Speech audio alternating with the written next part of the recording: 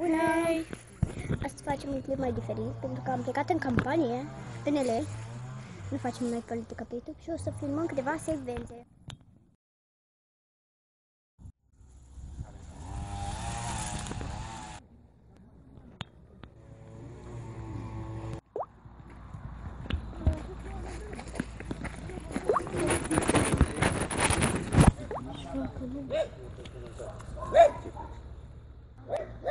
Ai rude și la Roiești, n-ai rude la Roiești? O știi pe mătușe mea, pe tanti Aurelia? Alo, Ilie!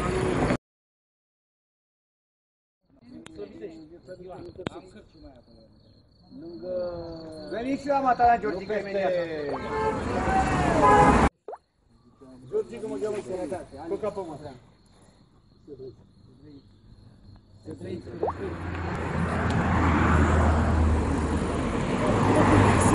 Ăsta a înviat. Ce faci? Ca să știți, astăzi e sâmbătă, depinde și când postăm. Sâmbătă, habar n-am, e ora 7, cred. Sau mașinile. Dar în fine, e ora 7. Bine, am venit de la 5. Am fi și... Asta mi-a urât.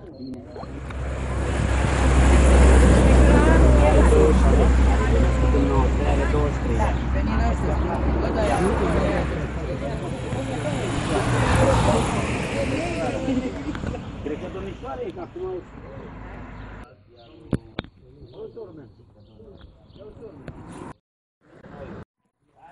Acolo unde sunt banii cu inima deschisă, așa să simți ei mai bine.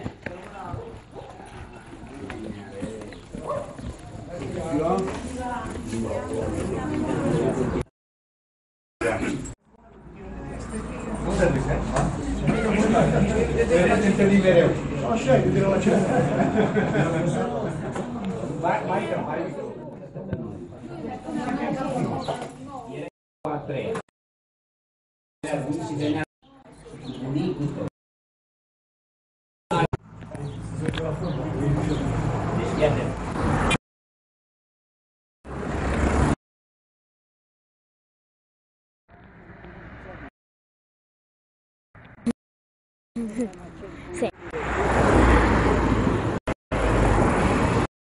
Acum tu ești acasă?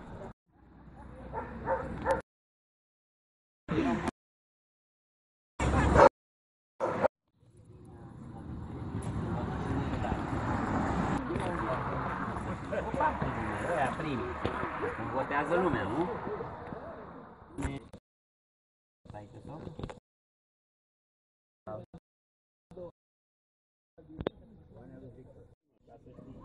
Cine sunt ăștia? Că spun toți părinți.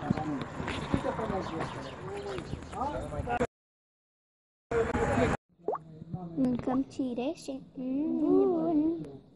Așa, nu?